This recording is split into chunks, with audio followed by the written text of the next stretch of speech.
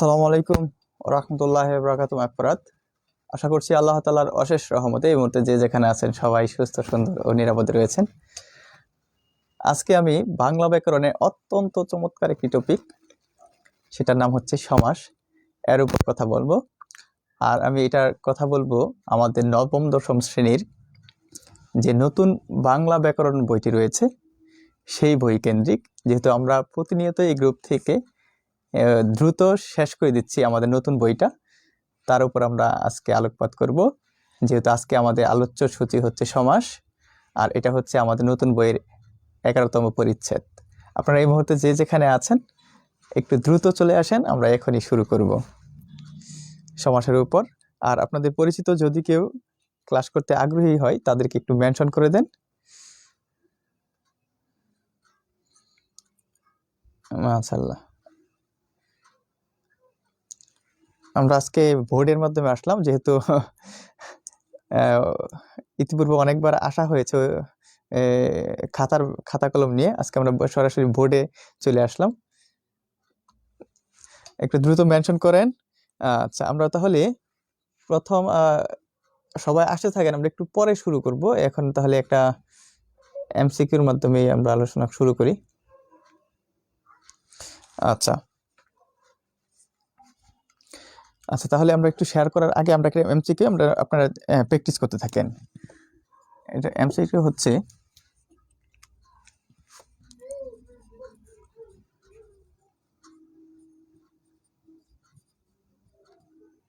এটা কলমটা চেঞ্জ করতে হবে।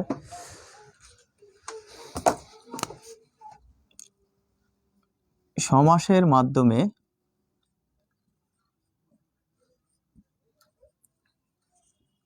কি গঠিত হয়?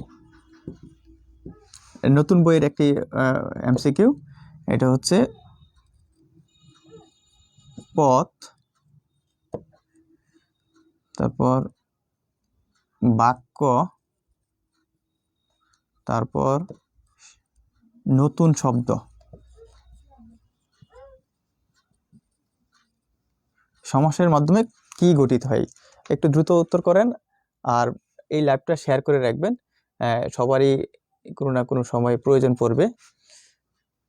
লাইভটা শেয়ার করে রাখবেন। আমরা দেখি,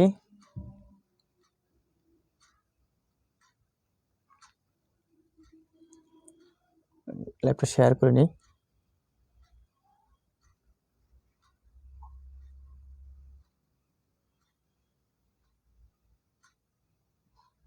আপনারা উত্তর করতে থাকেন। সমাসের মাধ্যমে কি গঠিত হয়?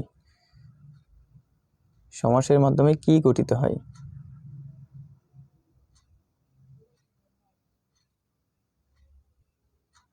আপনারা উত্তর করতে থাকেন, গ্রুপে তো খুঁজে পাচ্ছি না।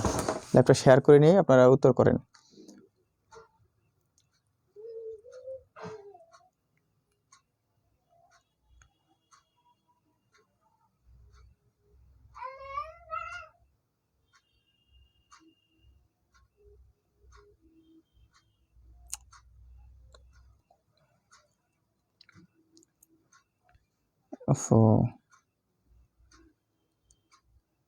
এত এত এত গ্রুপ।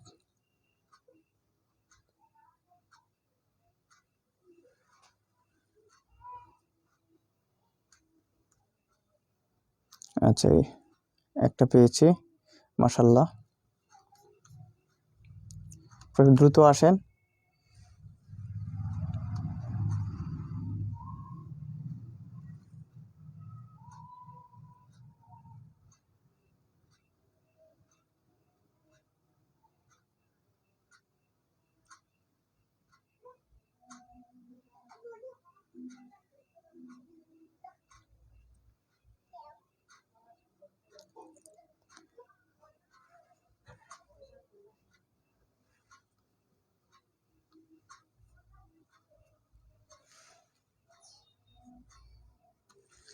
আচ্ছা, দেখি আমরা শেষ। আমরা এখন ক্লাসে চলে যাই।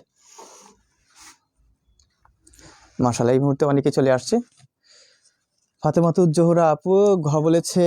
আচ্ছা, নতুন শব্দ গঠিত হয়, নতুন শব্দ। নির্জর আহমেদ আছে আমাদের সাথে। আচ্ছা, তাহলে আমরা আমাদের টপিকে চলে আসি।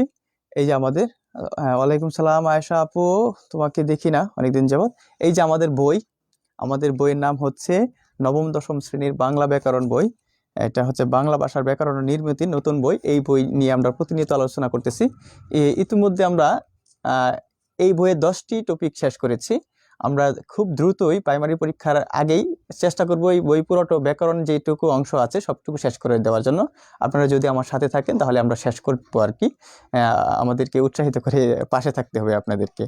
আচ্ছা, তো আজকে আমাদের 12তম পরিচ্ছেদ, সমাস দিয়ে শব্দ গঠন। আচ্ছা, আপনারা অনেকে উত্তর করেছেন, অনেকে চলে এসেছেন, মাশাআল্লাহ। তাহলে আমরা আমাদের পাঠক্রমে চলে যাই। তাহলে উত্তরটা হবে সমাসের মাধ্যমে কি গঠিত হয়। অবশ্যই নতুন শব্দ গঠিত হয়, কারণ সমাস তো শব্দের সাথে সম্পৃক্ত। পাশাপাশি দুইটি শব্দের সংক্ষিপ্ত রূপ বা সমাস হচ্ছে শব্দ সংক্ষেপ। আমরা জানি সমাস দুইটি শব্দের কি করা হয়, সংকুচিত করে সংক্ষেপ করে সমাস। তাহলে সমাসের মাধ্যমে অবশ্যই পদের সাথে অবশ্যই রিলেটেড, কিন্তু পদ তো বাক্যে ব্যবহৃত হয়, শব্দ কি হয় আলাদা করা হয়। তাহলে এখানে সমাসের মাধ্যমে নতুন শব্দ গঠিত হয়, এটা আমাদের এই বইয়ের প্রথম পেজে রয়েছে। কিন্তু এই যে সমাসের মাধ্যমে নতুন শব্দ গঠিত হয়। তারপর পরে কি আছে, পরে আছে বাক্যের মধ্যে পরস্পর সম্পর্কিত একাধিক পদের এক পদে পরিণত হওয়ার নাম হচ্ছে সমাস। এটা কিন্তু চাকরি পরীক্ষায় এসেছে, এই সমাসের সংজ্ঞাটা চাকরি পরীক্ষায় এসেছে। আচ্ছা, এখানে আরেকটি লাইন এখানে দেওয়া আছে, আপনারা এটা উত্তর করবেন। হ্যাঁ, এটা হচ্ছে এই দেখেন একটি শব্দ, এটা হয়তো কোনো বইতে নেই বাজারের, এটা আমাদের নতুন বই আছে। সময়সূচি, সময়সূচি এটা কোন সমাস এবং এর ব্যাস বাক্য কি? সময়সূচি কোন সমাস? সময়সূচি কোন সমাস? সময়সূচি কোন সমাস? অপশন ক, এটা হচ্ছে দ্বন্দ্ব। দ্বন্দ্ব। অপশন খ, কর্মধারয়।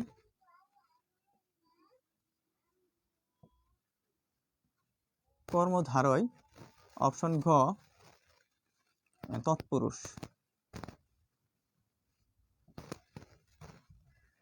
আচ্ছা, একটু দ্রুত উত্তর করেন আমাকে জানা। সময়সূচি এটা কোন সমাস? সময়সূচি কোন সমাস? আচ্ছা, হ্যাঁ, একটু মেনশন করে দেন যারা আমাদের ক্লাসটা থাকে। বইয়ের পৃষ্ঠা নম্বর হচ্ছে ভাইয়া জুবেল আহমেদ ভাইয়া, বইয়ের পৃষ্ঠা আমি বলে দিচ্ছি 36 পৃষ্ঠা। মার্শাল্লাহ, এই মুহূর্তে আমাদের সাথে অনেকেই আছেন। আমাদের নবম দশম শ্রেণীর যে নতুন বইটা আছে, এই বইতে আমরা লাইন বাই লাইন পড়তেছি। 36 পৃষ্ঠা। আচ্ছা, 36-এর পরের পৃষ্ঠা, হ্যাঁ 37 পৃষ্ঠা। আচ্ছা, দেলোয়ার হোসেন ভাইয়া বলেছেন খ, কর্মধারয়, দ্বন্দ্ব, তৎপুরুষ, সময়সূচি এটা কোন সমাস? আচ্ছা, তানজিলা আপু, নির্জর আহমেদ ভাইয়া দ্বন্দ্ব বলেছেন। শাম্য কক্সবাজার, ওয়ালাইকুম সালাম। বোন শুধু সালামই দেয়, আর কিছু পাওয়া যায় না। আচ্ছা, রওশন তাহির, তাপসী আপু ক বলেছে, দ্বন্দ্ব সমাস বলেছে, সময় ও সূচি তার মতে দ্বন্দ্ব সমাস। আচ্ছা, একটু দ্রুত দ্রুত। আচ্ছা, সঙ্গীতা আপু দ্বন্দ্ব বলেছে। আলহামদুলিল্লাহ, আল্লাহ তাআলার অশেষ রহমতে ভালো আছি। তা আমাদের এই পাঠ্য বইয়ের প্রথম যে লাইনটা ছিল, এই লাইনটি ছিল যেমন, পরীক্ষা সমূহের নিয়ন্ত্রক পরীক্ষার সময় সময় সংক্রান্ত সূচি স্কুল ও কলেজে পাঠানোর নির্দেশ দিয়েছেন। এটা হচ্ছে প্রথম লাইন। এটা পরীক্ষা সমূহের নিয়ন্ত্রক পরীক্ষার সময় সংক্রান্ত সূচি স্কুল ও কলেজে পাঠানোর নির্দেশ দিয়েছেন। তাহলে নিচে দেখেন লেখা আছে সুন্দরভাবে, পরীক্ষা নিয়ন্ত্রক পরীক্ষার সময়সূচি স্কুল কলেজে পাঠানোর নির্দেশ দিয়েছেন। তার মানে সমাস বাক্যকে কি করে ফেলেছে, উপরের যে বড় বাক্যটা ছিল এটাকে সংক্ষেপ করে ফেলেছে, এক পদে পরিণত করে ফেলেছে। আচ্ছা, তাহলে আমরা বুঝতে পারতেছি। এটা কি হবে, সময়সূচি এই যে কর্মধারয় সমাস হবে। তাহলে এটার ব্যাস বাক্যটা কি হবে? ব্যাস বাক্যটা হচ্ছে সময় সংক্রান্ত সূচি। সময় সময় সংক্রান্ত সংক্রান্ত সূচি। আমরা জানি এই সময় সংক্রান্ত সূচি, ব্যাস বাক্যের মাঝে যে অতিরিক্ত শব্দটা এসেছে, এই অতিরিক্ত শব্দ মাঝে আসার কারণে এটা মধ্য পদলোপী কর্মধারয় সমাস।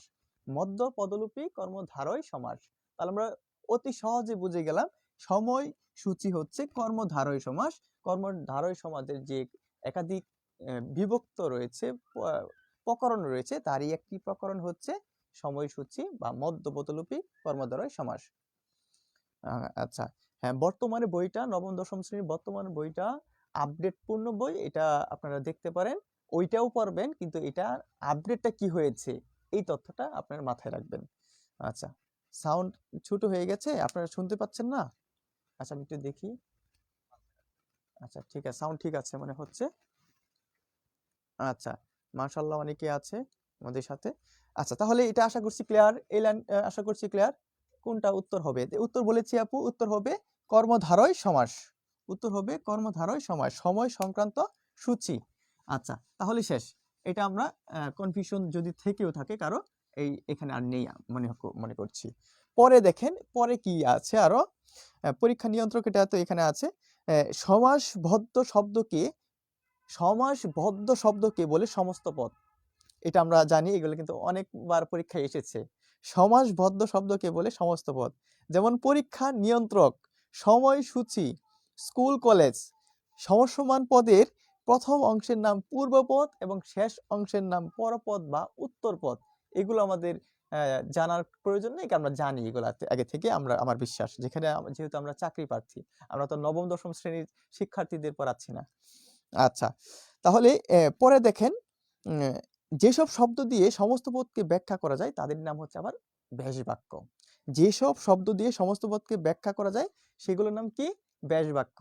আচ্ছা, তার ব্যাস বাক্যের অপর নাম কি এটা আমাকে জানান। ব্যাস বাক্যের অপর নাম কি এটা আমাকে জানান আপনারা। ব্যাস বাক্যের অপর নাম কি? একটু দ্রুত। ব্যাস বাক্যের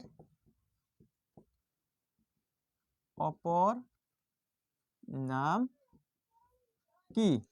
ব্যাস বাক্যের অপর নাম কি? এটা দ্রুত বিদ্যুৎ গতিতে কমেন্ট আসার প্রয়োজন, কারণ আমরা জানি ব্যাস বাক্য। ব্যাস বাক্যের অপর নামটা কি? এটা অনেক পরীক্ষায় এসেছে। আচ্ছা, এই যে সবার আগে তানজিলা ফেরদৌস, সঙ্গীতা আপু, আচ্ছা, নুরুল আমিন ভাইয়া, অধ্যক্ষ। সমাস হবে না স্যার, অধ্যক্ষ। আচ্ছা, এটা উচ্চারণ অধ্যক্ষ। হ্যাঁ, এটা অব্যয়ভাব সমাস হতে পারে, অব্যয়ভাব সমাস। নুরুল আমিন ভাইয়া। আচ্ছা, নির্জর, বিগ্রহ বাক্য, সমাস বাক্য। হ্যাঁ, ব্যাস বাক্যের কিন্তু 3টি নাম আছে, এর মধ্যে 2টি বলেছে সমাস বাক্য হয়। হ্যাঁ, গুড, থ্যাংক ইউ, 2টা বলেছে। তাই ব্যাস বাক্য হচ্ছে বিগ্রহ বাক্য। বিগ্রহ মানে কি? বিগ্রহ মানেই তো আলাদা, বিগ্রহ মানেই তো মনে করে জুট ঝামেলা। তাহলে ব্যাস বাক্যের অপর নাম হচ্ছে বিগ্রহ বাক্য, যেটা আরেকটা নাম হয় সমাস বাক্য বলা হয়, সমাস বাক্য। আচ্ছা, সমাস বাক্য। তাহলে পরীক্ষায় এটা আসে, এই যে এটা আসে। আচ্ছা, হীরা আপু আছে বিগ্রহ বাক্য, গুড।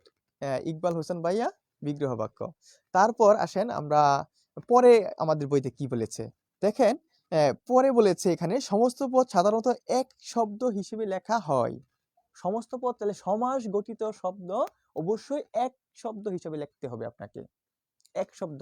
আচ্ছা, যেমন সময়সূচি, সময়সূচি এটা শুদ্ধ কিরকম আসবে? সময়সূচি, সময়সূচি, এটা ভুল, এটা ভুল। আপনাকে লিখতে হবে কি? এই যে সময়সূচি, সময় এক শব্দ হিসাবে লিখতে হবে। এই কথার অর্থটা হচ্ছে এটা, আলাদা করে দেখানোর সুযোগ নেই। আচ্ছা, তাহলে এই যে সমস্ত পদ সাধারণত এক শব্দ হিসেবে লেখা হয়, এই যে সময়সূচি, এখানে উচ্চারণ বা অর্থের বিভ্রান্তি ঘটার আশঙ্কায় কিছু ক্ষেত্রে পূর্বপদ ও পরপদের মাঝখানে কি দিতে হয়? হাইফেন দিতে হয়। বিশেষ করে কোন শব্দে? বিশেষ্য আর বিশেষ্যবাচক শব্দ, বিশেষ্য বিশেষণ বা বিশেষণ বিশেষ্য, এই ধরনের শব্দগুলোতে হাইফেন ব্যবহার করা হয়। আর এই হাইফেনটা সবচেয়ে বেশি ব্যবহার করা হয় কোন শব্দে? দ্বন্দ্ব সমাসে। আচ্ছা, শেষ, এখানে আর ইতি টেনে নিলাম। আমরা এখন আসি সমাস মূলত কত প্রকার। চলেন এটা দেখি, সমাস কত প্রকার। সমাস কত প্রকার একটু আমাকে জানান। সমাস মূলত কত প্রকার?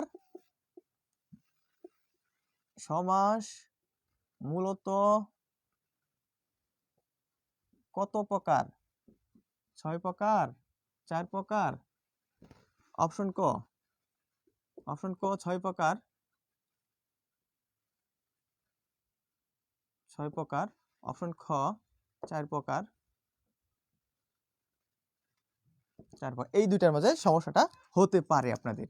তো 6 প্রকার না 4 প্রকার, 6 প্রকার না 4 প্রকার, ও আর 5 প্রকার দেই। একজন বললো 5 প্রকার, 5 প্রকার, 5 প্রকার। আচ্ছা, হ্যাঁ, দেলোয়ার হোসেন ভাইয়া বলেছেন 4 প্রকার। শামসুন নাহার শম্পা আপু 4 প্রকার। আচ্ছা, তানজিলা ফেরদৌস আপু 6 প্রকার। আচ্ছা, তারপর সাম্য আপু বলেছ ক, ক মানে 6 প্রকার। আচ্ছা, 4 প্রকার। সময়সূচি কি সঠিক? না, সময়সূচি ভুল ভাইয়া, এইভাবে লেখা যাবে না। সময়সূচি একসাথে লিখতে হবে, হাইফেন দেওয়া যাবে না, যেহেতু এটা দ্বন্দ্ব সমাস না, আর দুইটা শব্দ কি না, বিশেষ্য না।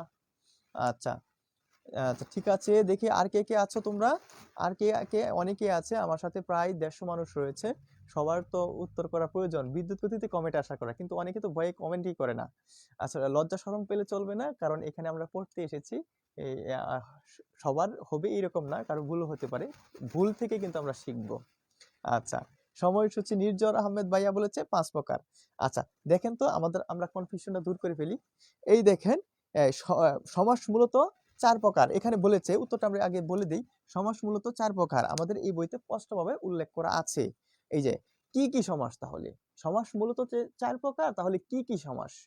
একটা হচ্ছে দ্বন্দ্ব সমাস, কর্মধারয় সমাস, তৎপুরুষ সমাস, বহুব্রীহি সমাস। তাহলে বাদ গেল কে কে? বাদ গেল, নতুন বই অনুযায়ী বাদ গিয়েছে তৎপুরুষ, সরি, দ্বিগু আর হচ্ছে অব্যয়ীভাব। দ্বিগু আর অব্যয়ীভাব সমাসটা নতুন বই অনুযায়ী, এই বই অনুযায়ী তাদেরকে এখানে ঠাঁই দেওয়া হয়নি, ঠাঁই দেওয়া হয়েছে এই চারটিকে, এই চারটিকে মনে রাখবেন, কিন্তু আপডেট তথ্য এটা এই বই অনুযায়ী। তাহলে 4 ধরনের। আচ্ছা, তাহলে আমরা সমাস জেনে গেলাম। তাহলে কি কি আছে এখানে? এখানে আছে দ্বন্দ্ব, কর্মধারয়, তৎপুরুষ, বহুব্রীহি। আমরা দেখিনি, এগুলো গেছে দ্বন্দ্ব, দ্বন্দ্ব, কর্মধারয়, কর্মধারয়, তৎপুরুষ, তৎপুরুষ, আর হচ্ছে বহুব্রীহি, বহুব্রীহি। আচ্ছা, এই 6টা হচ্ছে, এই 6টা হচ্ছে হ্যাঁ, এখন সমাস শিখতে 6 মাস লাগবে না ভাইয়া, মানে আপনি যদি একটু প্র্যাকটিস করেন 6 ঘন্টাতে আপনি শিখতে পারবেন। সমাস ততটুকু কঠিন না। হ্যাঁ, আচ্ছা ঠিক আছে, আশা করছি এখানে ক্লিয়ার। দ্বন্দ্ব, কর্মধারয়, তৎপুরুষ, বহুব্রীহি। আচ্ছা, এটা আমরা শেষ করে ফেলেছি, কনফিউশন নেই এখানে আর, আমরা বুঝে নিয়েছি, যেহেতু এই 4 প্রকারের কথা বলেছে নতুন বইতে, তাহলে আমরা আমাদের এই বইতেও এই 4 প্রকার নিয়ে আলোচনা করা হয়েছে। আচ্ছা, রবীন্দ্রনাথের যে সমাসকে বাদ দিয়েছে ওইটা কাহিনী বলবেন। আচ্ছা, রবীন্দ্রনাথ এক সমাস থেকে বাদ দিয়েছে কোনটাকে? দ্বিগুকে, দ্বিগুকে। আর কারক থেকে বাদ দিয়েছে সম্প্রদানকে। সমাস থেকে বাদ দিয়েছে দ্বিগুকে, কারক থেকে বাদ দিয়েছে সম্প্রদানকে। কারণ সে যখন বিভিন্ন কবিতা আর ওই যে কিনা কবিতা আর শেষ বয়সে কিনা লিখেছিল, ওইগুলো লিখতে গিয়েছিল, তখন দেখলো ওই বাক্যগুলো এর সাথে অনেকটাই একই ধরনের ম্যাচিং হয়ে যায়, সাদৃশ্যপূর্ণ হয়ে যায়। তখন চিন্তা করলো এতগুলো, এর অতিরিক্ত একটি অংশ রেখে প্রয়োজন নেই, কি কারণ আছে, এটাকে একটি কমিয়ে এটার ভিতরে অন্তর্ভুক্ত করা হোক। তখন এটার ভিতরে অন্তর্ভুক্ত করা হলেও 1936 সালের দিক দিয়ে কিন্তু এটা এরকম খণ্ড বাক্য রূপে থেকে গেছে, কিন্তু সমাস সেই 6 প্রকারই ছিল। আর সেই 6 প্রকার এত বছর, যে মানে প্রায় 80 বছর যাবত 6 প্রকারই ছিল, কিন্তু নতুন বইটা 2021 সালে যেখানে আপডেট করা হয়েছে, সেখানে সেই মূলত 4 প্রকারে নিয়ে আসা হয়েছে। কিন্তু যদি পরীক্ষায় আসে সমাজ কত প্রকার, অবশ্যই 6 প্রকার দিতে হবে, 6 প্রকারের অস্তিত্ব আছে। হ্যাঁ হ্যাঁ, আচ্ছা, তাহলে এখন আমরা দেখি কি কি আছে। দ্বন্দ্ব সমাস আছে, প্রথমে দ্বন্দ্ব সমাস রয়েছে। দ্বন্দ্ব সমাস দেখি, এই দ্বন্দ্ব সমাস,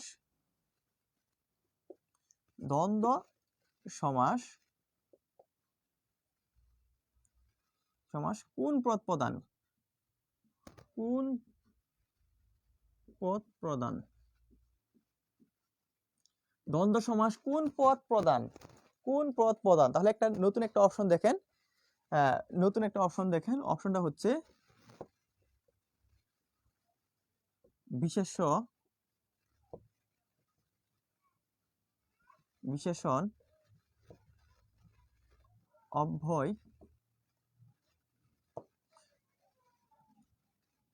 সর্বনাম। আচ্ছা, একটু দ্রুত জানা আমাকে, দ্বন্দ্ব সমাস কোন পদ প্রধান?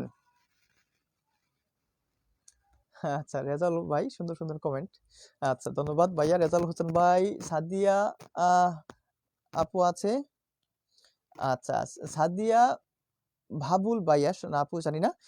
কোন পদ বলেছি আমি এখানে? যদি আমি অপশনে দিতাম পরপদ, উত্তর পদ, উভয় পদ, তাহলে কিন্তু ওইটা হইতো। আমি কিন্তু ওই যে আমাদের যে ৮ প্রকার পদ আছে সেই অপশনগুলো দিয়েছি। হ্যাঁ, অব্যয়ীভাব সমাসটা বাদ কেন যদি বলতেন? এটা তো ব্যাকরণবিদরা বলতে পারবে ভাইয়া। আসলে এটা আহ, এই শব্দগুলো গঠনের প্রক্রিয়াটা অনেকটা উপসর্গের নিয়মে। আপনি যেটা বলেছেন এটা আমি এই ধারণা দিতে পারি। এই শব্দের আহ, মাত্র ৬টি উপসর্গ বাদে সকল উপসর্গ দিয়ে গঠিত হয় অব্যয়ীভাব সমাস। তো উপসর্গের মাধ্যমেই বেশিরভাগ সময় গঠিত হয়। এর জন্য হয়তো তারা এটাকে স্থগিত রেখেছে। এর বেশি আমি বলতে পারি না, যেহেতু ব্যাকরণবিদরা এটা কেন বাদ দিয়েছে সেই কারণটা তারা উল্লেখ করেনি। আচ্ছা, তাহলে কোন পদ দেখেন, আমি কিন্তু উভয় পদ, পরপদ, উত্তরপদ এগুলো লিখিনি। আমি লিখেছি কোন পদ প্রধান। এই একটা চাকরি পরীক্ষায় কিন্তু এসেছে এরকম, একটা চাকরি পরীক্ষা এরকম এসেছে। এখন তখন কি করবেন? আচ্ছা, মাশাআল্লাহ, এই যে নিজর আহমেদ ভাইয়া সহ শামসুনাহার, শম্পা আপু, জহিরুল ইসলাম ভাই আর অনেকেই কমেন্ট করেছেন।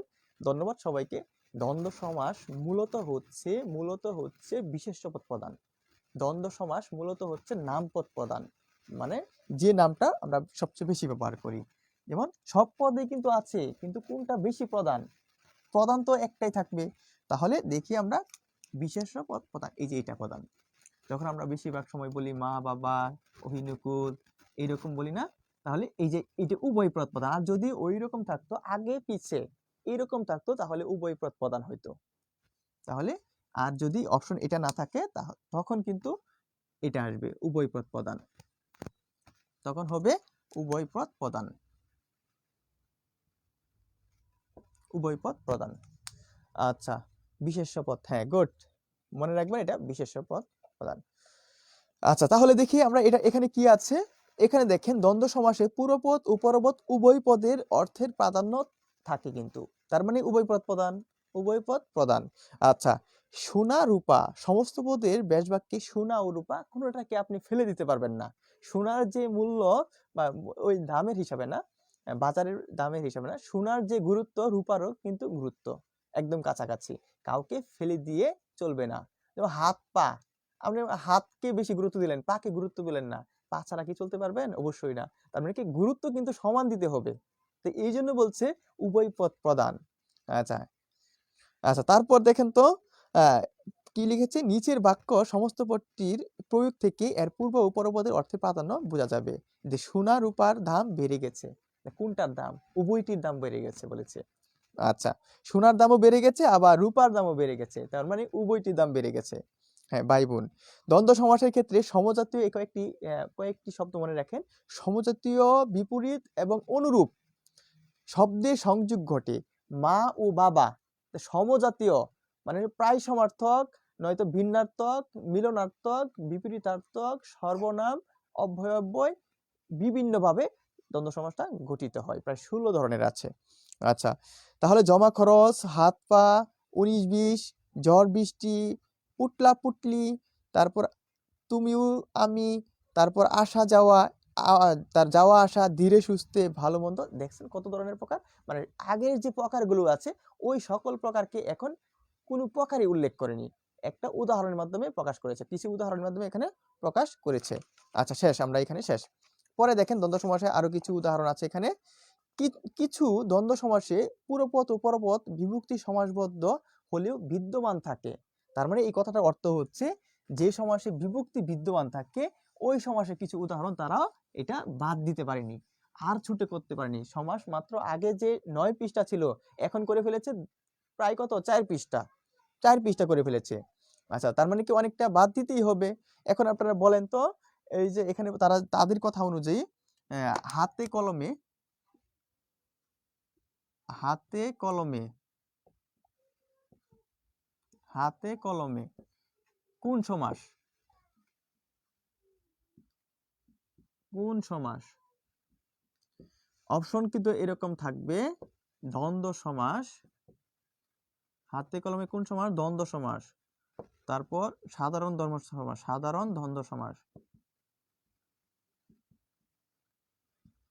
দ্বন্দ্ব, অলুক দ্বন্দ্ব,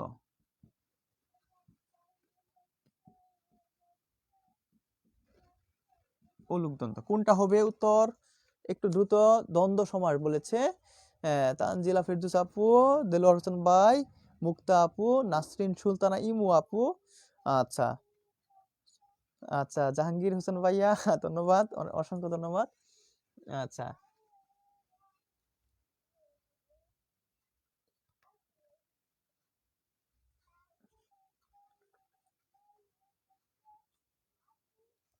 আচ্ছা, সাম্য আপু ক বলেছ, গ্যাস ফোরিং ও গাস ফোরিং, সরি। আচ্ছা, সালমান জারিফ। আচ্ছা ঠিক আছে, ধন্যবাদ। অনেকেই অনেকটা বলেছেন আপনারা। আচ্ছা সমস্যা নেই, এখানে আমরা একটু দেখি তাহলে হাতে কলমে এটা কিভাবে হবে। আমরা আসলে এইভাবে আমাদের গ্রুপ থেকে এইরকম ভাবে বোর্ডের মাধ্যমে ক্লাস বেশি আসি না। হ্যাঁ, আমরা খাতা কলমেই আসি। তবে আজকে আসলাম আপনাদের সামনে, কই আমাকে হয়তো নতুন যারা আছেন তারা হয়তো অনেকটা উদগ্রীব হয়ে আছেন দেখার জন্য, তো এই আসলাম। তবে আমাদের পেইড গ্রুপে যারা আছে তারা তো দেখতেই আছে মাশাআল্লাহ। প্রতিনিয়ত আমরা পেইড গ্রুপে মূলত বোর্ডের মাধ্যমে আসি, পুরা ভোটটাই থাকে সেইখানে। আর আমাদের বর্তমানে 2টা ব্যাচ আছে আলহামদুলিল্লাহ, আল্লাহ তাআলার অশেষ রহমতে। বিসিএস ব্যাচ 44তম বিসিএস ব্যাচ সেটা চলতেছে। আর 2টা ব্যাচের পেমেন্ট সিস্টেমটা হচ্ছে মাসিক, 1 মাস পরে পরে টাকা আর কি, 1 মাস হলে হলে টাকা দিতে হয়। আচ্ছা, প্রাইমারি ব্যাচের জন্য আমরা সম্মানীটা নিচ্ছি 260 টাকা 1 মাসের জন্য, 12টা ক্লাস, 12টা পরীক্ষা, আরো কিছু আনুষঙ্গিক। আর বিসিএসও এরকম 12টা ক্লাস, 12টা পরীক্ষা, আর সাপোর্ট, স্টাডি ম্যাটেরিয়ালস, এটা সেটা ইত্যাদি সাপোর্ট। এই কারণে আমরা বিসিএস বেছে নিচ্ছি 300 টাকা। যদি কারো প্রয়োজন পড়ে শুধুমাত্র সে আসবেন, যদি আপনি পড়ুয়া হন, নয়তো ইনএক্টিভ সদস্য থাকলে কিন্তু আপনার উপকৃত হবেন না। আপনি যদি আমার কাছ থেকে কোনো কিছু না শিখতে পারেন, আপনি কখনো আমাকে মনে রাখতে পারবেন না। আচ্ছা, আমি সেই রকম ছাত্রদের খুঁজি যারা নাকি কিছু শিখতে চায়, যারা কিছু জানতে চায়, যারা আগ্রহী। এখন অনেকে আছে শুধু নামেই স্টুডেন্ট, নামেই পরীক্ষার্থী, নামেই চাকরি প্রার্থী। এখন সেই রকম ছাত্ররা কিন্তু পরে ঝরে পড়ে। এইরকম ছাত্র হলে আসার প্রয়োজন নেই, শুধুমাত্র আগ্রহীরা আমাকে একটু বলবেন। যদি প্রয়োজন পড়ে, আর্থিক সমস্যা না থাকে, তাহলে আমাদের সাথে কোর্সটি করতে পারেন মাসিক সিস্টেমে। আচ্ছা আচ্ছা ঠিক আছে। 44তম ব্যাচের সময়সূচি হচ্ছে রাত্র 8টা থেকে 9টা 30। আর প্রাইমারি ব্যাচের সময়সূচি হচ্ছে 6টা 50 থেকে 8টা পর্যন্ত।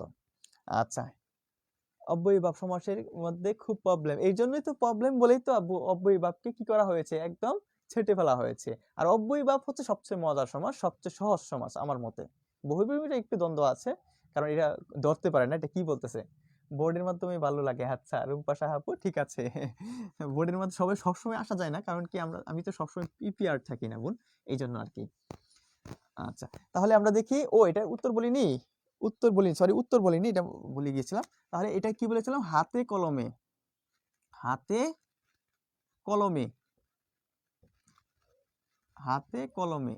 দেখো তো এটা কিভাবে কি হবে, এটা হবে অলুক দ্বন্দ্ব, অলুক, অলুক দ্বন্দ্ব, দ্বন্দ্ব। এখন এটা কিভাবে হাতে কলমে, দেখো এই যে বিভক্তি আমরা বিভক্তি আমরা বাদ দিলাম, তাহলে হাত আছে আর কি আছে, কলম আছে। হাত আছে, কলম আছে। যদি অর্থপূর্ণ দুটি শব্দ থেকে বিভক্তি চলে গেলেও শব্দটির অর্থ থাকে, এই অর্থপূর্ণ দুটি শব্দটি বিভক্তি চলে গেলেও অর্থ থাকে, তাহলে এইরকম অর্থ থাকার পরে, অর্থ আছে না, অর্থ আছে, আর এই অর্থ থাকা সত্ত্বেও যদি একার লুপ্ত না হয়, এই যে এ বিভক্তি মানে ষষ্ঠী বিভক্তি লুপ্ত না হয়, তাহলে মনে করবা এটা অলুক দ্বন্দ্ব সমাস। তো অলুক দ্বন্দ্ব সমাস। এখন প্রশ্ন হচ্ছে, এই অলুক শব্দটি আমাদের পুরনো বই অনুযায়ী অলুক শব্দটি কয়টি সমাসে আছে, এটা তোমাদের বলতে হবে। অলুক শব্দটি, অলুক শব্দটি শব্দটি কতটি সমাসে আছে, কতটি সমাসে আছে। অপশন দিচ্ছি আমরা 2টি, অপশন দিচ্ছি 2টি, অপশন দিচ্ছি 3টি, অপশন দিচ্ছি 4টি। আচ্ছা, একটু দ্রুত জানাও আমাকে। আচ্ছা, হাতে ও কলমে, হাতে কলমে হাইফেন না দিলে হবে না। হাইফেন দেওয়া যাবে না যখন উকার যুক্ত করা হবে, মানে ব্যাস বাক্য করা হলে হাইফেন দেওয়া যাবে না। আর ব্যাস বাক্য হাইফেন দেওয়া মানে কি, সমস্ত পদ, এটা ওই উ অব্যয়টা লুপ্ত অবস্থায় আছে। এটা অর্থপূর্ণ শব্দের বিভক্তি লুপ না হলে তাকে অলুক দ্বন্দ্ব। গুড, হ্যাঁ। আচ্ছা, ও ইনবক্সে কিছু আসেনি, আমি ইনবক্স করেছি বোন তোমাকে। তুমি ইনবক্সে না হয় আমার ফোন নম্বর নিও, ফোন দিও। ইনবক্সে আমি তোমাকে অনেকবার রিপ্লাই দিয়েছি। আচ্ছা, সবুজ শিমু আপু বলেছো 3টি। আচ্ছা, তারপর শামসুন্নাহার শম্পা আপু আছো শুরু থেকেই, মুক্তা আপু আছো শুরু থেকেই, রুকিয়া খাতুন আপু আছে আমাদের সাথে। আচ্ছা, আরো কে কে আছো দ্রুত দ্রুত জানাও আমাদেরকে। প্রায় 200 মানুষ আছে আমাদের সাথে, আলহামদুলিল্লাহ। রুকিয়া খাতুন সহ কামরুন নাহার আপু আছে আমাদের সাথে, মাশাআল্লাহ। আর কে কে আছো? নাসরিন আপু আছে, সাদিয়া বাবুল আপু আছে, সম্ভবত আপু। আচ্ছা, একটু দ্রুত। রুম্পা সাহা, এস এম মাসুম ভাইয়া, আমরা কমেন্ট করতেছি, একটু দ্রুত বলেন। আচ্ছা, 3টি, মাশাআল্লাহ। এই পর্যন্ত যাদের উত্তর দিলাম আমি সন্তুষ্ট, ধন্যবাদ। হয়েছে আপনাদের উত্তরটি। 3টি সমাসে আছে। কোনটি আছে? আমরা অলুক দ্বন্দ্ব দেখে ফেললাম, অলুক দ্বন্দ্বে আছে, তাহলে অলুক তৎপুরুষে আছে, অলুক বহুব্রীহিতে আছে। পার্থক্য কেবল তাদের বিভক্তি কিন্তু সবটাই থাকবে, পার্থক্য কেবল অর্থের ক্ষেত্রে, অর্থের ক্ষেত্রে পার্থক্য। কি কোনটা আমরা ওইটা আলোচনা করেছি আমাদের গ্রুপের অ্যানাউন্সমেন্টে, দেখবেন ওই অলুক নিয়ে মনে হয় একটা ক্লাস আছে, এটা অনেক আগের নেওয়া।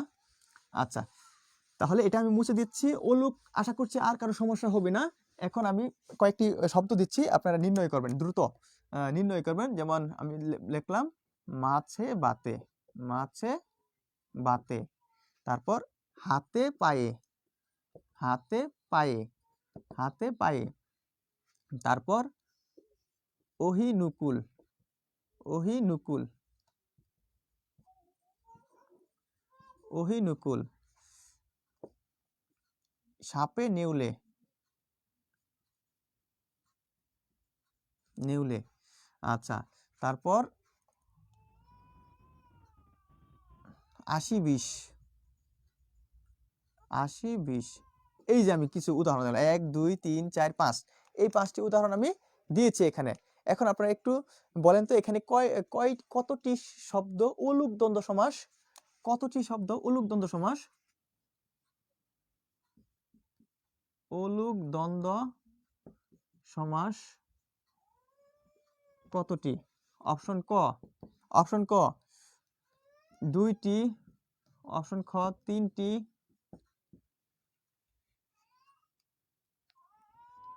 অপশন গ 4টি। আচ্ছা, তানবীর তাহের ভাইয়া, তানবীর তাহের ভাইয়া বলেছে 3টি। আচ্ছা, মাশাআল্লাহ। আচ্ছা, গুড। শামসুন্নাহার, ফাতেমা নূর আপু আছে, শামীম ইসলাম ভাইয়া আছে। আচ্ছা, সবগুলো না আপু, সবগুলো হবে না কিন্তু। আচ্ছা, সাম্য আপু, সবগুলা তুমি আরো একটু পড়তে হবে বোন, খ না, অনেকগুলা কিন্তু। মাছে বাতে, মুক্তা আপু, গুড, সুন্দর লিখেছো, হ্যাঁ। সালমান জারিফ ভাইয়া আছে সম্ভবত 2টি বলেছে, নাসরিন সুলতানা ইমু আপু, দেলোয়ার হোসেন ভাইয়া 3টি বলেছে, হীরা আপু 3টি বলেছে। আচ্ছা, অসংখ্য ধন্যবাদ। আর আমরা কমেন্ট না পড়ে আমরা পড়াই চলে আসি। অপসরা আপু 3টি বলেছো। আচ্ছা, তাহলে উত্তরটা দেখেন আমরা পেয়ে যাচ্ছি। এই যে এখানে কি, এখানে কি আছে, এই যে মাছ আছে, তার মানে এটা অর্থপূর্ণ, তার মানে এখানে একার, তার মানে এটা অলুক দ্বন্দ্ব। তারপরে হাতে, এটা অর্থপূর্ণ, পায়ে, হ্যাঁ অর্থপূর্ণ। তাহলে একটা পেয়ে যাচ্ছি, 2টা পেয়ে যাচ্ছি, সাপে নেউলে 3টা পেয়ে যাচ্ছি। তাহলে অলুক দ্বন্দ্ব সমস্যা এখানে কয়টি? এটা কয়টা? 3টা হবে। তাছাড়া একটি কথা মনে রাখবেন, সাপে নেউলে যদি পরীক্ষায় অলুক দ্বন্দ্ব অপশন না থাকে তখন উত্তরটা করবেন বিরুদ্ধার্থক দ্বন্দ্ব সমাস, তখন উত্তর করবেন বিরুদ্ধার্থক দ্বন্দ্ব সমাস। তবে অলুক হচ্ছে একটি স্বতন্ত্র দ্বন্দ্ব সমাসের প্রকারভেদ, মনে রাখবেন। ওই বিরুদ্ধার্থক সমার্থক ওইগুলার চেয়েও সবচেয়ে স্বতন্ত্র হচ্ছে অলুক দ্বন্দ্ব সমাস। যে 16টা প্রকার আছে, এই 16টা প্রকার সবগুলো তো আর গুরুত্বপূর্ণ না, এর মধ্যে গুরুত্বপূর্ণ হচ্ছে 2 থেকে 3টি বা 4 থেকে 5টি। এর মাঝে অলুক দ্বন্দ্বটা সবচেয়ে গুরুত্বপূর্ণ। আচ্ছা, গুড, থ্যাংক ইউ। ভুলে গেছি অলুক দ্বন্দ্ব কিভাবে হয়, ইকবাল হোসেন ভাইয়া ভুলে গেছে। অলুক দ্বন্দ্ব হবে এই যে যদি উভয় পদের বিভক্তি লুপ্ত না হয়, এই যে দেখেন যেটাই দেখবেন উভয় পদের বিভক্তি আছে এটা হচ্ছে অলুক দ্বন্দ্ব। এই যে এই তিনটাতে আছে, এই জন্য এই তিনটাতে হচ্ছে অলুক দ্বন্দ্ব। অলুক দ্বন্দ্ব এই যে এটা, আশা করছি বুঝে গেছেন ভাইয়া। আচ্ছা, এখানে ক্লিয়ার। আর বাকিগুলা তাহলে কি? অহিনুকুল, অহিনুকুল বিরুদ্ধাত্মক দ্বন্দ্ব সমাস, এটাও বিরুদ্ধাত্মক দ্বন্দ্ব সমাস। 80-20 এটা কি জনাস? এটা এটা হচ্ছে আমরা জানি বহুব্রীহি সমাস। আচ্ছা, বিধিকরণ বহুব্রীহি সমাস পরে আসি, পরে যাই আমরা আমাদের বইয়ে আর কি কি আছে দেখি পরে টপিকে। এই দেখেন দ্বন্দ্ব সমাসের কাহিনী শেষ, দ্বন্দ্ব সমাসের কাহিনী এখানে শেষ। হাতে কলমে, চোখে মুখে, চলনে বলনে এইরকম রয়েছে। দেখি আরো আছে কিন্তু। হ্যাঁ হ্যাঁ, আচ্ছা তাহলে ঠিক আছে, আরেকটা জিনিস আপনাকে দিচ্ছি, এটা হলেই শেষ। এটা কিন্তু বিগত পরীক্ষায় এসেছে, আমি বলে দিচ্ছি কোন পরীক্ষায় এসেছে। ছেলে মেয়ে এটা কোন সমাস? ছেলে মেয়ে, আমার পেট ব্যাচের সবাই আশা করছি পারবে। ছেলে মেয়ে কোন সমাস? অপশন ক অলুক দ্বন্দ্ব,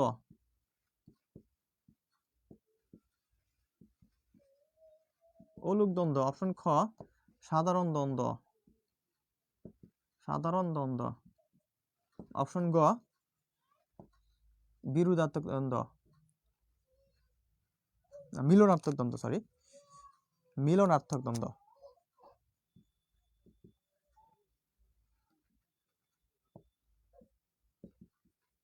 একটু দ্রুত জানান আমাকে। আচ্ছা, ধন্যবাদ। ঠিক আছে, আপনাদের এই ধন্যবাদ, এই ভালোবাসার জন্য আছি আমি ভাই আপনাদের সাথে। হ্যাঁ হ্যাঁ, আমাকে একটু অনুপ্রাণিত করলে আমি কিন্তু অনেক বেশি উৎসাহিত হই, যেহেতু 2016 সাল থেকে আপনাদেরকে বিভিন্নভাবে আমি হেল্প করে যাচ্ছি। সেই পোস্ট দেওয়া বিভিন্নভাবে, এখন অনেকে আমার পাশে আছেন যারা আমার এই পেড গ্রুপে আছেন, তাদেরকে আমি তাদের কাছে অনেক অনেক কৃতজ্ঞ আমি, কারণ তারা আমাকে সব রকম ভাবে সাপোর্ট করতেছে। আচ্ছা, আপনাদের যদি সম্ভব হয় পড়াশোনা, আমাদের গ্রুপে কোনো অন্য আলোচনা নেই, শুধুমাত্র পড়া পড়া পড়া। যার যে স্বপ্ন সেই স্বপ্ন কেন্দ্রিক পড়া। আর যে পড়ুয়া থাকে তাকে আমি সবচেয়ে বেশি হেল্প করি, যে বেশি পড়ুয়া থাকবে সে আমাকে বেশি জানাবে। আচ্ছা, মিলনার্থক দ্বন্দ্ব বলেছেন ফাতেমা নূর আপু, মাসুম ভাইয়া, আচ্ছা শারমিন আপু, শারমিন আপু, হ্যাঁ 3।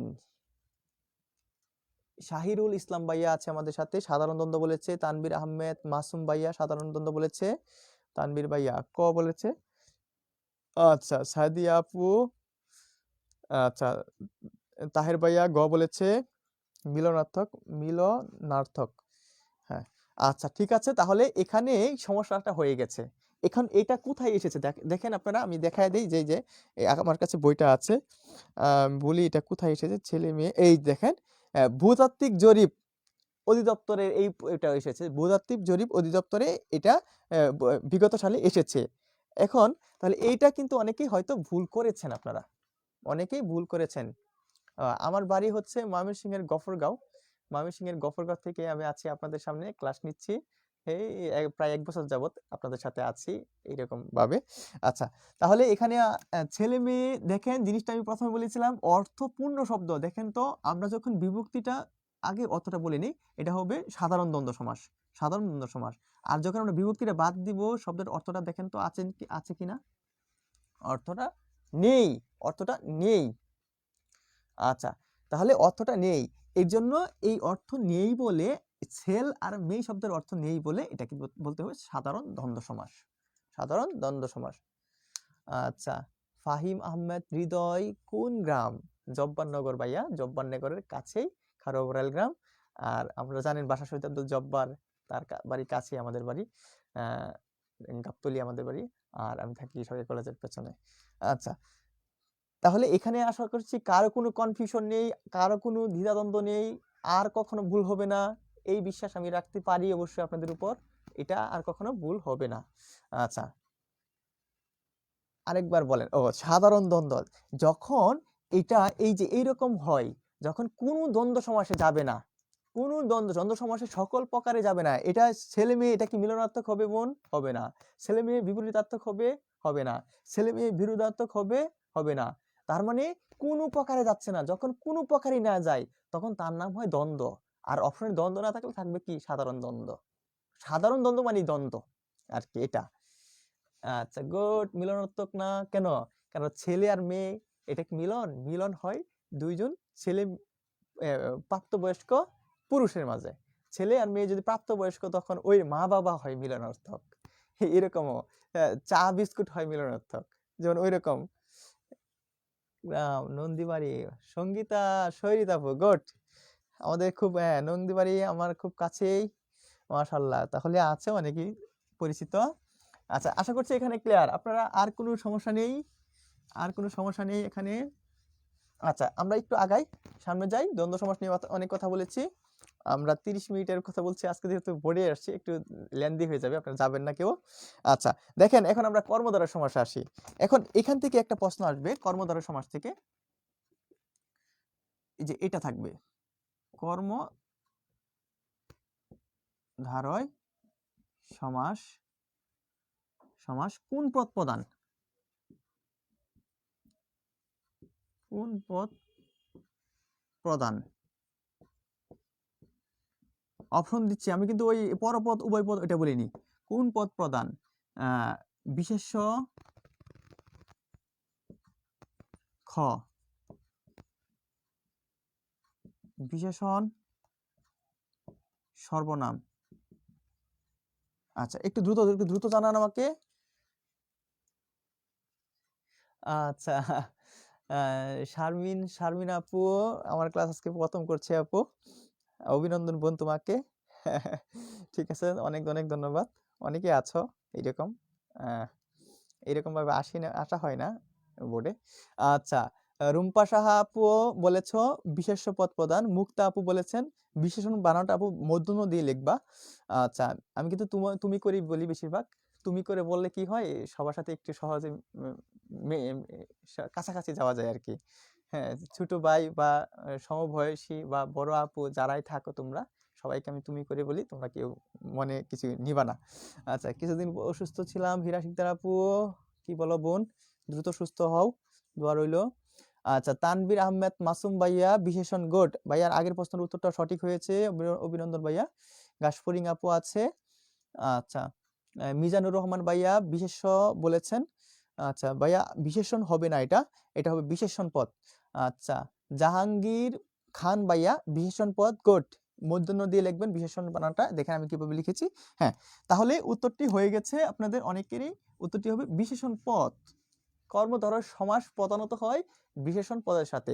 এখন যদি বলা হয় কোন পদে কর্মধারয় সমাস হয়, কোন পদে? কোন পদে? যদি বলা হয় পরপদ, পরপদ, তারপর পূর্বপদ, পূর্বপদ, তারপর উভয়পদ,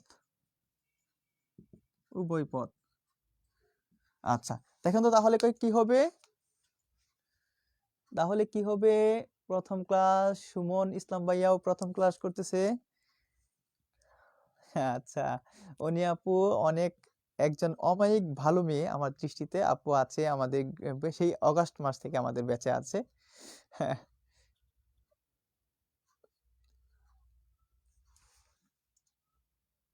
নাইমুদ্দিন জিয়া ভাই সম্ভবত না ভাইয়া।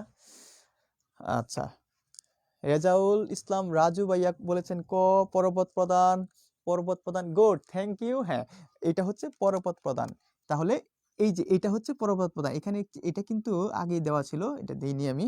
আচ্ছা, তাহলে আমরা আরেকটি আরেকটি অপশন দেই, আরেকটি অপশন দেই। আমরা বৈকেন্দ্রিক আলোচনা করব, এমসিকিউ দিলে একটু সময় বেশি চলে যায়, এই জন্য নিচের নিচের কোন সমাস পরপদ প্রধান, এটা আপনাদের বলতে হবে। পরপদ প্রধান নয়। আমার পেইড গ্রুপে কিন্তু একদম বিস্তারিত সমাসের ক্লাস আছে, কারণ এখানে তো আমরা সম্পূর্ণ ক্লাস দিতে পারছি না, কারণ এই সময়ে। পরপদ, পরপদ, হ্যাঁ, কোন সময় পরপদ প্রধান নয়? আমরা দিচ্ছি কর্মধারয়, কর্মধারয়, কর্মধারয় দিচ্ছি দ্বন্দ্ব, দিচ্ছি দ্বিগু, দিগু, দিচ্ছি, দিচ্ছি, অব্যয়ীভাব, অব্যয়ীভাব দেওয়া যাবে না, কর্মধারয় দিগু তৎপুরুষ, তৎপুরুষ, দিচ্ছি সবগুলো। এই একটু দ্রুত জানান আমাকে, নিচের কোন পদ, নিচের নিচের কোন নিচের কোন লিখি নাই, সরি, নিচের কোন পদ পরপদ প্রধান, কোন পদ পরপদ প্রধান নয়, নিচের কোন পদ পরপদ প্রধান নয়। আচ্ছা, প্রথম ক্লাস, আচ্ছা ঠিক আছে। ইকবাল হোসেন ভাইয়া খ লিখেছেন, অভিনন্দন ভাই খ লিখেছেন, দিগু, দিগু, সাফিয়া আপু দিগু লিখেছ, আচ্ছা নাসরিন সুলতান ইমু আপু খ লিখেছ। নিচের কোন পদ পরপদ প্রধান নয়? আচ্ছা, আসলে এটা আপনাদের দৃষ্টিতে অনেকটা কাছাকাছি, তাহলে এটা একটু দ্বন্দ্ব বেশি হয়ে গেল, তাহলে এটা আমরা একটু ঘুরিয়ে দেই, দ্বন্দ্ব বেশি হয়ে গেল, দ্বিগু এখানে দেই, দ্বন্দ্ব দেই, দ্বন্দ্ব বেশি হয়ে গেলে তো কমেন্ট একটু অন্যরকম আসতে পারে, দ্বন্দ্ব দিলাম, তাহলে কিন্তু আরো সহজ করে দিলাম। আচ্ছা, এখন মনে হয় পারবেন, এখন কারো ভুল হবে না, এখন কারো ভুল হবে না। দেখি, নিচের কোন পদ, নিচের কোন সমাস, আমি তো প্রশ্নই ভুল লিখি, কোন সমাস, আমি দ্রুত লিখতে অনেক ভুল লিখে ফেলি, সরি। নিচের কোন সমাস পরপদ প্রধান নয়? সবগুলা পরপদ প্রধান, রেজাউল ভাইয়া সবগুলা পরপদ প্রধান, বাস্তব ছেলে কমল, আচ্ছা, ঘ বলেছে দ্বন্দ্ব, গুড, হ্যাঁ, আচ্ছা, তৎপুরুষ, তৎপুরুষ, তৎপুরুষ, তাহলে তৎপুরুষ বলেছেন না, তৎপুরুষ না, নিচের কোন পরপদ প্রধান নয় হচ্ছে দ্বন্দ্ব সমাস এর ক্ষেত্রে, এই ক্ষেত্রে। আর যদি প্রশ্নটা এরকম থাকতো, নিচের কোন সমাস পরপদ প্রধান, যদি নয় না থাকতো, নয় না থাকতো, পরপদ প্রধান, তাহলে কি হতো উত্তরটা? নিচের কোন সমাস পরপদ প্রধান, এই তিনটা যদি অপশন থাকতো, অপশন থাকতো, তখন কিন্তু উত্তরটা হতো এই কর্মধারয় সমাস, তখন উত্তরটা হতো কর্মধারয় সমাস। এটা কিন্তু বিগত সালের প্রশ্ন, এটা ভার্সিটিতে পরীক্ষায় এসেছিল। নিচের কোন সমাস পরপদ প্রধান, নিচের কোন সমাস পরপদ প্রধান, অপশনে কি আছে? কর্মধারয় আছে, দ্বিগু আছে, তৎপুরুষ আছে, এটাও পরপদ প্রধান, দেখেন এটাও পরপদ, এটাও পরপদ, পরপদ, এটাও পরপদ,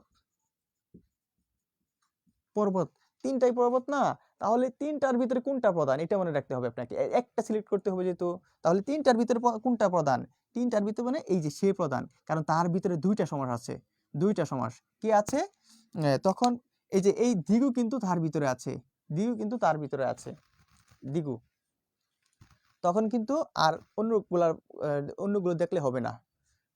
আচ্ছা, কর্ম দ্বারাই হইতো, তখন কিন্তু কর্ম দ্বারাই হইতো। আর আমি বলেছি পরপদ প্রধানগুলো মনে রাখার জন্য আমি এইভাবে মনে রাখি, কত দিন পর, কত দিন পর, এই কতে কর্ম দ্বারাই, ততে তৎপুরুষ, দিতে দ্বিগু, আর পর মানে পরপদ প্রধান, কত দিন পর শব্দটি আপনি মনে রাখলে তাহলে আপনি জেনে যাবেন তিনটি সমাস পরপদ প্রধান। আচ্ছা, শেষ, এখানে কর্মধারয় সমাসের পদের আলোচনা শেষ। এখন আমরা এই প্রকর বইয়ের আলোচনা করি, একটু দেখি এখানে আছে কি কি দেখেন, এই যে সমাসে পরপদের অর্থ প্রাধান্য পায় তাকে কর্মধারয় সমাস বলে।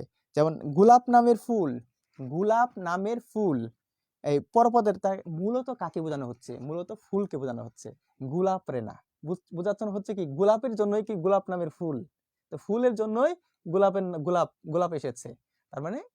যেমন আরেকটা, মহান যে নবী, কাকে বোঝাচ্ছে? নবীকে, মহান যে নবী, নবীর গুণটা হচ্ছে মহান, তার মানে এই যে পরের যে পদটা আছে না, এটাই হচ্ছে প্রধান পদ।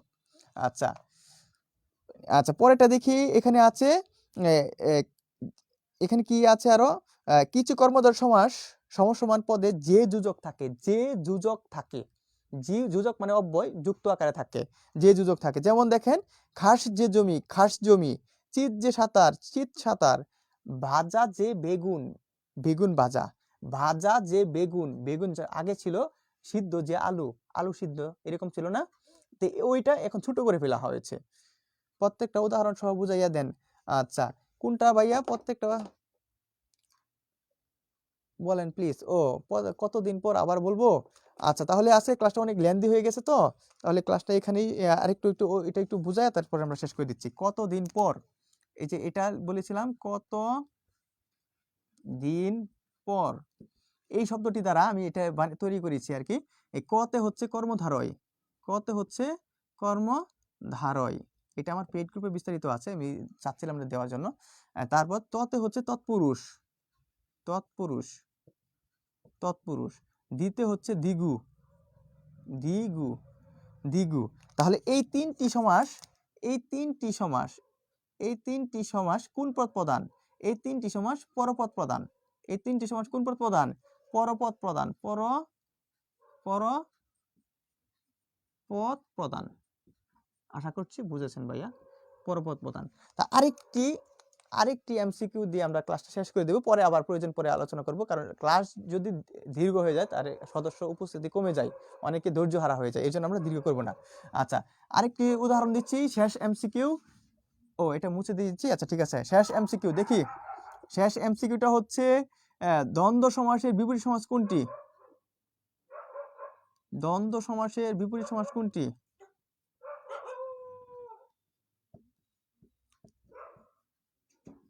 বিপরীত সমাস কোনটি? আচ্ছা, অপশন ক, অপশন ক, দ্বন্দ্ব সমাসের বিপরীত সমাস হচ্ছে কর্মধারয়। অপশন খ বহুব্রীহি, বহুব্রীহি। অপশন গ অব্যয়ীভাব, অব্যয়ীভাব। আচ্ছা, ও নিচে তো দেখা যায় না, অব্যয়ীভাবটা দেখা যায় না, অপর এইদিকে লিখি। অপশন গ অব্যয়ীভাব, অপশন গ কি লিখবো? তৎপুরুষ। আচ্ছা, এটাই শেষ এমসিকিউ, আপনারা আশা করছি সবাই পারবেন, সবাই পারবেন। আচ্ছা, ব্যস্ত ছেলে দেলোয়ার হোসেন ভাইয়া খ বলেছে, কি খ বলেছে? আচ্ছা, মাশাআল্লাহ, এখন পর্যন্ত আমাদের সাথে 150-এর উপরে রয়েছে। আচ্ছা, মাশাআল্লাহ, এই তো হয়ে যাচ্ছে। হ্যাঁ, আচ্ছা, এই ফাঁকে আমি একটু বলে দেই, যারা আমাদের প্রাইমারি গ্রুপে আছেন, আসন্ন প্রাইমারির জন্য আমরা প্রতি মাসে সিলেবাস তৈরি করে করে পড়া নিচ্ছি। দৈনিক পড়া দেওয়া হচ্ছে, পড়া দিয়ে একদিন পরে পরে পরীক্ষা, যেমন আজকে রাত 9টায় পরীক্ষা হবে প্রাইমারি গ্রুপে আর বিসিএস গ্রুপে, দুইটা পরীক্ষা হবে শনি রবি। আর আজকের যে পড়াগুলো ছিল এই পড়ার উপরে পরীক্ষা হবে। কালকে লাইভ ক্লাস আছে, এরপরের দিন আবার পরীক্ষা, এরপরের দিন আবার লাইভ ক্লাস, এরপরের দিন আবার পরীক্ষা। এরকম ভাবে আমরা কন্টিনিউ এই মাসটা, প্রতি মাসটা শেষ করতেছি। আপনারা যদি প্রাইমারি গ্রুপে আসতে চান তাহলে প্রাইমারি গ্রুপে আমাদের জন্য সম্মানী দেবেন মাত্র 260 টাকা। আর যদি বিসিএস গ্রুপে আসতে চান তাহলে বিসিএস কিন্তু 1-2 মাসের জন্য আসা যাবে না, আসতে হবে প্রায় 6 মাসের জন্য, 6 মাসের জন্য। তবে আপনাদের জন্য ইজি করে রাখা হয়েছে, মাত্র 300 টাকা করে ধরা হয়েছে, যেহেতু কোর্স ফি দলে প্রায় 3000, 2000, 4000 টাকা ধরা হইতো। তো ওই দৃষ্টিভঙ্গি না রেখে আমরা মাত্র মাসিক, যাতে সবার কষ্ট কম হয়, 300 টাকা ধরা হয়েছে এক মাসে। যদি আপনি 44তম বিসিএস সিরিয়াস ক্যান্ডিডেট হন তাহলে আপনি আমাদের সাথে আসতে পারেন, এই বিশ্বাস রাখতে পারেন। ইতিমধ্যে আমাদের সাথে প্রায় 50-এর উপরে এসেছে, যারা এসেছে আলহামদুলিল্লাহ অনেকেই স্যাটিসফাই। আচ্ছা, আর প্রাইমারি সময়টা হচ্ছে, ক্লাসের সময় হচ্ছে 6:50 থেকে 8টা। আর বিসিএস এর সময় হচ্ছে, ক্লাসটা কখন হবে? ক্লাসটা হবে প্রতি রবিবার, মঙ্গলবার আর বৃহস্পতিবার, মানে একদিন পরে পরে, রবিবার, মঙ্গলবার, বৃহস্পতিবারে। প্রাইমারি বিসিএস সেম দিন, কিন্তু সময় হচ্ছে বিসিএস 8:30, প্রাইমারি হচ্ছে 6:50। আর পেমেন্ট তো বললাম। আর পরীক্ষাও কিবারে হবে? একদিন পরে পরে, যেদিন ক্লাস থাকবে সেদিন পরীক্ষা থাকবে না, পরীক্ষা হবে শনিবার, সোমবার আর বুধবার, একদিন পরে পরে। আচ্ছা, তাহলে এই এই পর্যন্ত, এই পর্যন্ত যারা ছিলেন তাদের কাছে আমি কৃতজ্ঞ ও অনেক অনেক ভালোবাসা জানাচ্ছি, শুভেচ্ছা জানাচ্ছি। আজকের মতো আমরা এখানেই শেষ করে দেব ক্লাসটি। আপনারা যদি এই ক্লাসে ন্যূনতম কিছু শিখে থাকেন তাহলে আমাকে কিন্তু অনুপ্রাণিত করতে হবে, আমি এটা নিতে পারি আপনাদের কাছ থেকে, চাইতেই পারি। কারণ ভালো লাগলে বলবেন, না ভালো লাগলে বলা যাবে না। আচ্ছা, কারণ কি, ভালোবাসা থেকেই ভালোবাসা তৈরি হয়। আপনারা যদি আমাকে ভালোবাসেন তাহলে আমার থেকে অবশ্যই ভালোবাসা তৈরি হবে। আর যেহেতু আপনারা এখানে পড়া, সবাই সবার সময়ের মূল্য আছে, তাহলে কারো সময় কিন্তু আমি নষ্ট করি না, কারণ এখানে আমরা যতটুকু কথা বলি সব পড়াকেন্দ্রিকই কথা বলি। আচ্ছা, তাহলে আজকের মতো এখানে শেষ করে দিচ্ছি। আমাদের লাইভটা শেয়ার করে রাখতে পারেন যদি আপনার পেজটিতে না বাধে, রাখতে পারেন, কারণ এই সমস্যার উপর আবার আমরা আগামী শুক্রবারে আসব। আগামী শুক্রবারে আবার সমস্যার উপর দ্বিতীয় পার্ট নিয়ে আসব আমাদের বই অনুযায়ী। আচ্ছা, অনেকেই আছেন মাশাআল্লাহ, এই তো আমাদের অনুপ্রেরণাদায়ক কিছু সদস্য আমরা পেয়ে গেছি যারা কাউকে নিরুৎসাহিত করতে কার্পণ্য করে না, সরি অনুপ্রাণিত করতে কার্পণ্য করে না, আর উৎসাহিত করতে সবসময় উদ্গ্রীব থাকে। এইরকম ব্যক্তিরা আমাদের এখানে অনেক আছে আলহামদুলিল্লাহ। সাফিয়া আপু, একরাম, ইকবাল হুসেন ভাইয়া, অল্পতে অনেকটা বুঝে গেছি, অনেক অনেক ধন্যবাদ ভাইয়া। আচ্ছা, আরো অনেকেই আছে। তো সবার কাছ থেকে আমি এখন বিদায় নিচ্ছি। সবাই ভালো থাকবেন, সুস্থ থাকবেন। আসসালামু আলাইকুম ওয়া রাহমাতুল্লাহি ওয়া বারাকাতুহু। মাগফিরাত।